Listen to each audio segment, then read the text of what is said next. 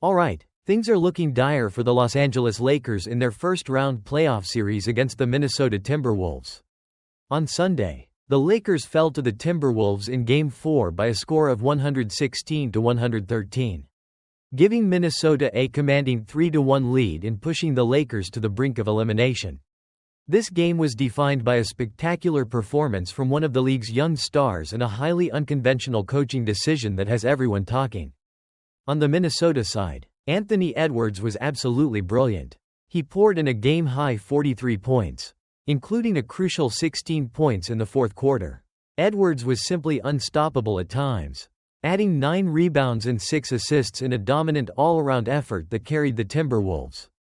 However, the major storyline out of this game revolved around Lakers head coach JJ Redick and his bold, and some might say desperate, strategy. For the entire second half of Game 4, Redick elected to keep the same 5 players on the floor: LeBron James, Luka Doncic, Austin Reeves, Dorian Finney-Smith, and Rui Hachimura. No substitutions were made over the final 24 minutes of the game for those 5 players.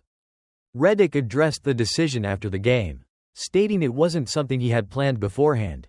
He said he asked the players if they needed a sub, even telling them they had extra timeouts available, and that since they all indicated they were in, he trusted them. The Lakers initially seemed to benefit from this approach, coming out in the third quarter with a 14-0 run that brought the crowd to a hush.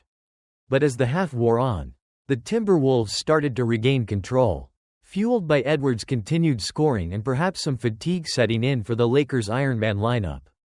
The game remained tight down the stretch, with big shots and key moments on both ends.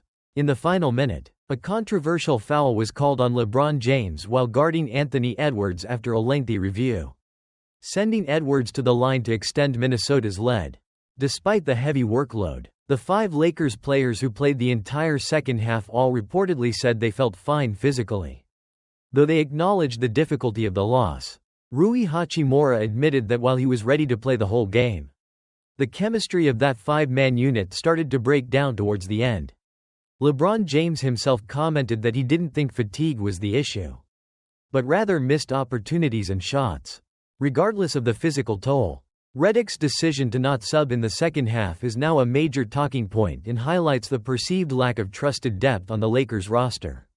Facing a 3-1 deficit, the Lakers are now on the brink of elimination as they head into Game 5 on Wednesday night, needing to win 3 straight games to keep their season alive.